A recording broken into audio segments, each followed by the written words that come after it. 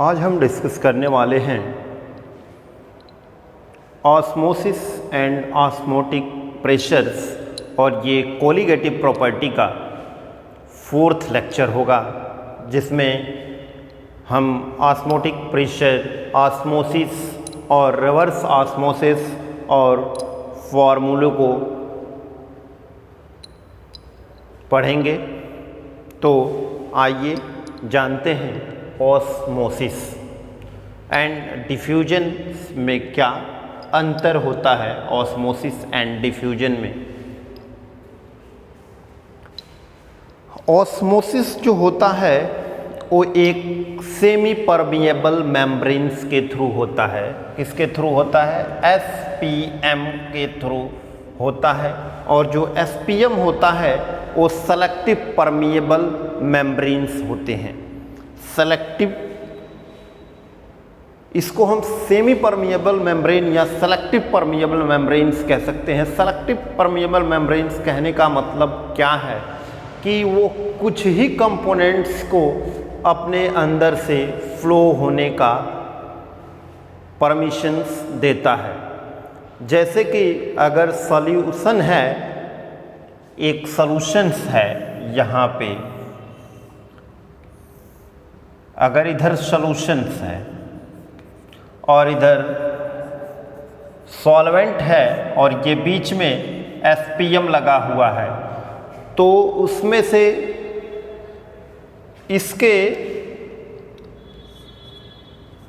Solute यहाँ से इधर नहीं जा सकते हैं, केवल सॉल्वेंट के फ्लो को ये अलाउड करेगा। सॉल्वेंट जो होगा वो केवल पास आउट करेगा। The osmosis is the spontaneous process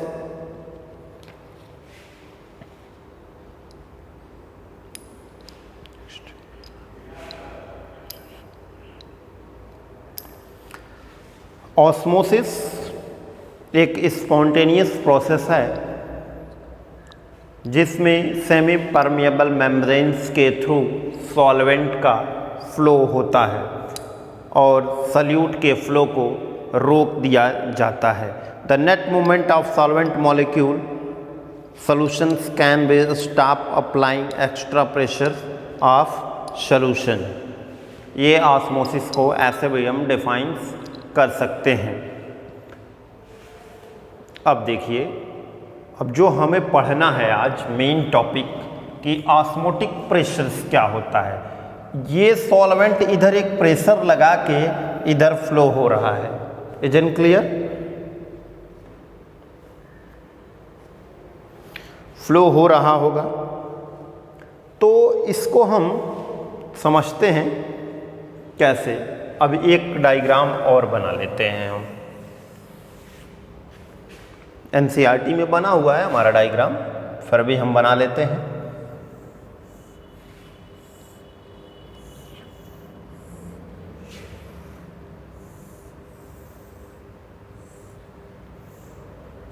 देखिए, ये हमारे एक और यहाँ पे लगा हुआ है एसपीएम, सेमी परमिएबल मेम्ब्रेन, और इधर है हमारा सॉल्वेंट और इधर है हमारा सॉल्यूशन। तो यहाँ से हमारे सॉल्वेंट का फ्लो हो रहा है और ये प्रेशर एक्सर्ट कर रहा है सॉल्यूशंस के तरफ। ये जो सॉल्वेंट है इस सॉल्यूशंस के तरफ एक प्रेशर एक्सर्ट कर रहा है और ये इधर से इधर फ्लो कर रहा है। Is it clear?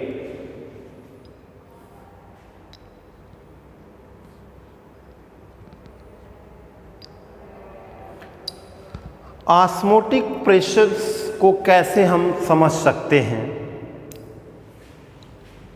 The net movement of flow of solvent can be stopped by applying an external force is known as osmotic pressures.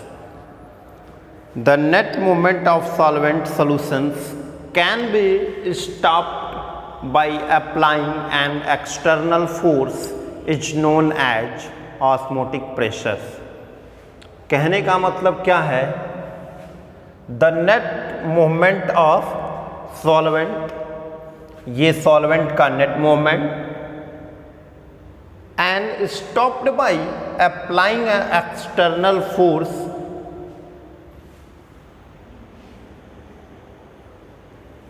Over the solution. Clear.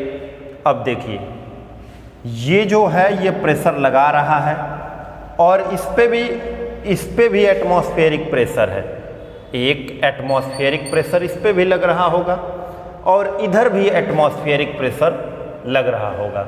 Is in clear. लेकिन ये एक force के through solvent इधर का flow हो रहा है, लेकिन अगर हम कोई एक्सटर्नल फोर्स लगा दें, इस एक्सटर्नल फोर्स के लगाने के वजह से अगर इस सॉल्वेंट का क्या हो जाए, फ्लो स्टॉप्ड हो जाए, तो इसी को हम बोलते हैं ऑस्मोटिक प्रेशर। सिंपल वर्ड में हम डिफाइन कर सकते हैं extra pressure from solution side. यहाँ पे पिस्टन लगा के हम इसको दबाएंगे, पिस्टन्स के थ्रू इसको हम दबाएंगे, जिसके थ्रू ये सॉल्वेंट का फ्लो सॉल्यूशन साइड रुक जाएगा। तो क्या इसकी डेफिनेशंस हो सकती है, extra pressure apply to solutions side to stop flow of solvent। कोई एक्स्ट्रा फोर्स अप्लाई करके सॉल्वेंट के फ्लो को रोक देना और वह जो फोर्स की वैल्यू होगी उसी को हम बोलेंगे ऑस्मोटिक प्रेशर, और इसको हम डिनोट करते हैं पाई से। Is in clear. ये ऑस्मोटिक प्रेशर क्या है। अब हम आशा करते हैं कि ऑस्मोटिक प्रेशर आपको समझ में आ गया होगा। इसके बाद हम कुछ मैथमेटिकल रिलेशनशिप्स के बारे में डिस्कस करेंगे और फिर मैं आपको बताऊंगा कि रिवर्स ऑस्मोसिस क्या होता है, जो हमारे आरओ में यूज होता है, कैसे यह टेक्निक काम करती है on the basis of behalf of the chemistry.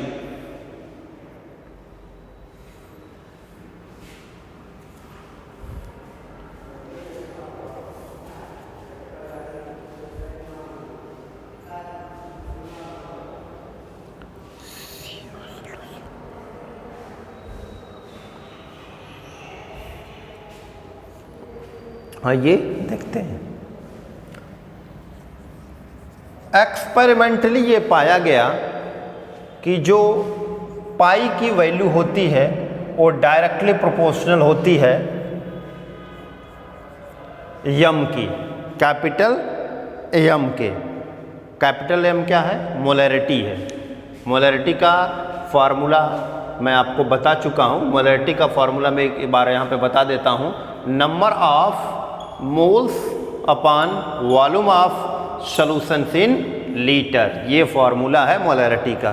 Pi directly proportional to the यम। अब देखिए ये पाई जो है वो यम के डायरेक्टली प्रोपोर्शनल है और यम यहाँ पे मोलैरिटी है। तो कैसे हम इसको प्रूफ कर सकते हैं कि ये कोलिगेटिव प्रॉपर्टी है। तो कोलिगेटिव प्रॉपर्टी हम कैसे प्रूफ कर सकते हैं, आपको पता है कि जो मोलैरिटी है वो किस चीज़ पे डिपेंड करती है, द नंबर ऑफ मोल्स। और जो चीज़ नंबर ऑफ मोल्स पे डिपेंड करे वो क्या होता है, कोलिगेटिव प्रॉपर्टी। क्योंकि कोलिगेटिव प्रॉपर्टी की बेसिक डेफिनेशन ये कहती है, colligative property are those property which only depend upon the number of moles, it does not depend upon the number of and nature. Its nature से कोई मतलब नहीं है, शुगर हो या साल्ट हो उससे कोई मतलब नहीं है। कितना अमाउंट शुगर और साल्ट का डिजॉल्व हुआ है, कितने मोल्स उसके डिजॉल्व हुए हैं, हमें इससे मतलब है। और ये जो पाई होता है वो टी के भी डायरेक्टली प्रोपोर्शनल होता है। ऑस्मोटिक प्रेशर जो होता है वो टेम्परेचर के डायरेक्टली प्रोपोर्शनल भी होता है। अब हम इन दोनों को कंबाइन कर दें तो ये हो जाएगा pi directly proportional to M T, और इस डायरेक्टली प्रोपोर्शनल को हटाने के लिए आर का यूज कर लेते हैं। तो pi equals M R T, हम लिख सकते हैं pi equals M R T. अगर हम कुछ देर के लिए पाई को पी मान लें, पाई को पी मान लेते हैं। पाई को पी क्यों मान लेते हैं? क्योंकि ये ऑस्मोटिक प्रेशर है। तो यहाँ पे मैं पी लिख दूँ, पी इक्वल्स, और यम को हम लिख सकते हैं N by V R T, ये लिख सकते हैं। ये एन बाई वी कहाँ से लिखा गया है? एन बाई वी यहाँ से लिखा गया है मोलरिटी का। मोलरिटी का फॉर्मूला क्या होता है? N by V in litre. तो यहाँ से मैंने लिख दिया है एन बाई वी, और इस फार्मूले को हम एक बार इधर से लिख देते हैं तो हो जाएगा P V equals N R T, P V equals N R T. अब हम चाहें तो इस यन को क्या लिख सकते हैं? यन को भी हम लिख सकते हैं किस टर्म में? W2 by M2, W2 by M2 के टर्म में लिख सकते हैं। Given mass of substance and molar mass of that substance. तो यहाँ पे हम लिख दें इस फॉर्मूले n के बराबर हम लिख सकते हैं W2 बाई M2। तो देखिए लिख सकते हैं PV इक्वल्स W2 M2 और RT, ये लिख सकते हैं कि नहीं लिख सकते हैं? Is it clear?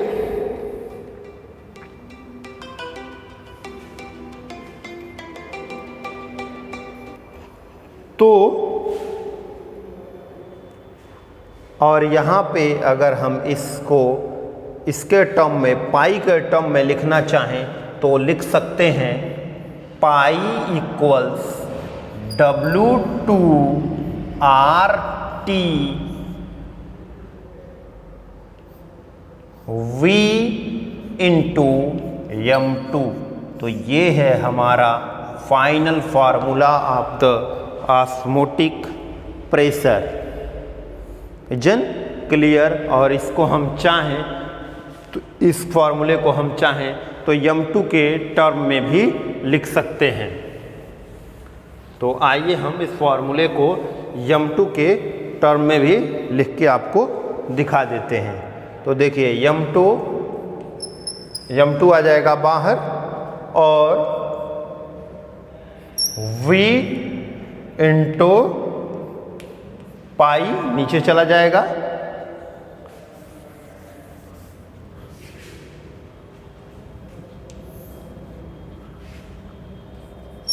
W2 into RT। तो ये हो गया हमारा ऑस्मोटिक प्रेशर्स के फॉर्मूले पाई के टर्म में। अगर पाई के टर्म में लिखना है तो पाई यहाँ जाएगा और यम यहाँ आ जाएगा। तो नीचे मैंने इसी फॉर्मूले को लिखा होगा, तो जिनको नहीं दिख रहा होगा यहाँ से आप लिख सकते हैं। आइए हम अब बात कर लेते हैं थोड़ा सा रिवर्स ऑस्मोसिस का, कि कैसे हमारे जो आरओ होते हैं वो काम करते हैं घरों में। क्या उसमें टेक्निक अप्लाई होता है? जो आरओ हम बोलते हैं उसमें कौन सी टेक्निक अप्लाई होती है? Reverse osmosis. क्या है रिवर्स ऑस्मोसिस की टेक्निक? इसको जान लेते हैं।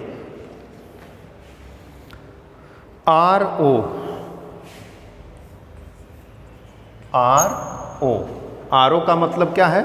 Reverse osmosis. आइए देखते हैं रिवर्स ऑस्मोसिस क्या है। तो उस डायग्राम को मैं फिर बना लेता हूँ, फिर आपको समझाने की कोशिश करते हैं कि रिवर्स ऑस्मोसिस क्या होता है। ये देखिए,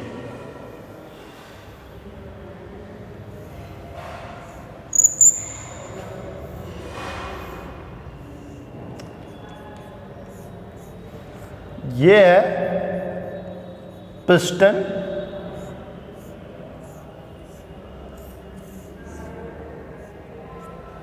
और ये है हमारा SPM, और यहाँ पे है हमारा सॉल्वेंट, और ये है हमारा सॉल्यूशन।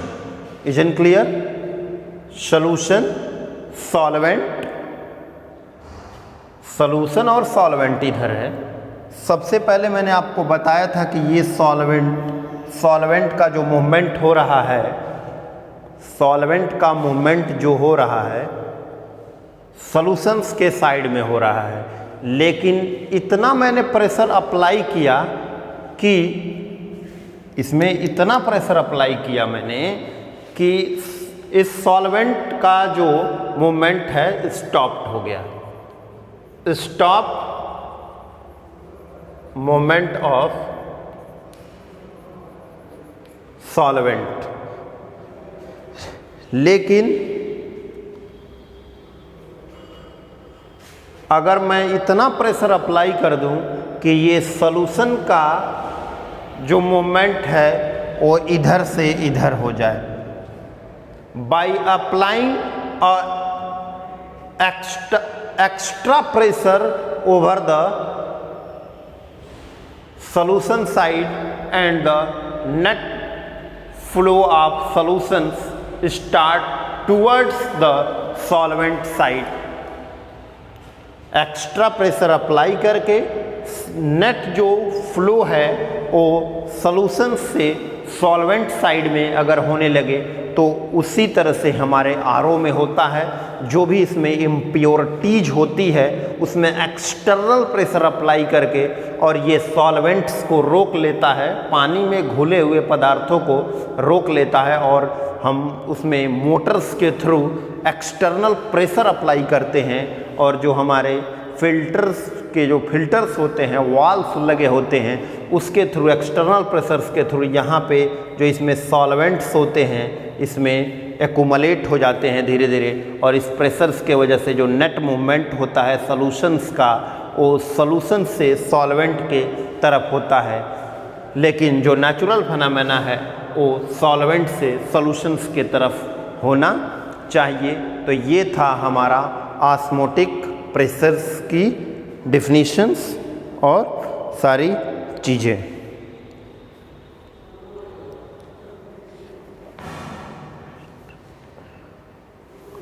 इसके बाद आप हाइपरटोनिक और hypotonic solution and isotonic solutions पढ़ सकते हैं एनसीईआरटी से, इसके डिफिनीशंस को।